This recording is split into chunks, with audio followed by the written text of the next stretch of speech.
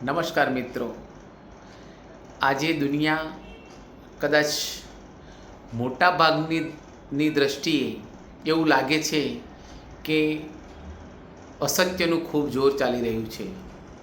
ખોટા માણસો ખૂબ સારી રીતે ચાલી રહ્યા છે. જે સાચા માર્ગે ચાલે છે તે ખૂબ દુઃખી થાય છે. જે ખોટું કરે છે તે ખૂબ જ ઝડપી પ્રગતિ કરે છે અને જલ્દી સુખી સંપન્ન થઈ જાય છે.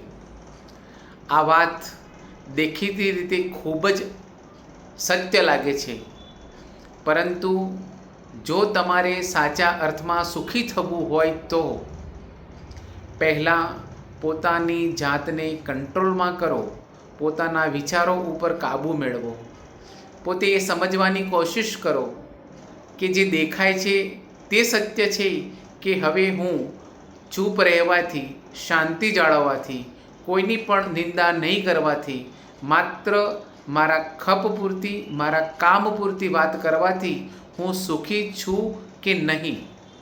કારણ કે સુખની વ્યાખ્યા હંમેશા વ્યક્તિના ચહેરા ઉપર જ કરી શકાય છે. જે વ્યક્તિ પોતાના સંતાનોથી, પોતાના જીવનસાથીથી જો સંતુષ્ટ હશે તો તેના ચહેરા ઉપર હંમેશા તમને એની આભા ચોક્કસ દેખાશે.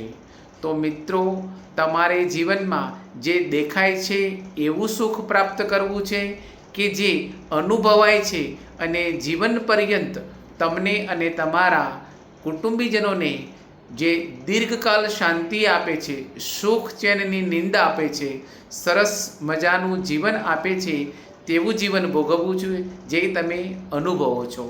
તો લોકોની સાથે પોતાની જાતની સરખામણી કર્યા સિવાય તમારા પોતાના સારા વર્તનથી જો તમને શાંતિ પ્રાપ્ત થતી હોય, લોકો તમને ખૂબ જ અંતઃકરણથી ચાહતા હોય, તમારી મોં ઉપર નહીં પરંતુ તમારી પીઠ પાછળ જો સારી વાતો થતી હોય, તો તમે એક સારા સજ્જન વ્યક્તિ તરીકેનું જીવન જીવો છો તેવું ફલિત થઈ શકે. તો તમારા પોતાના જીવનની અંદર હંમેશા તમે ધૈર્ય, શાંતિ અને પ્રેમ જાળવશો તો ક્યારેય દુઃખી થશો નહીં. નમસ્કાર.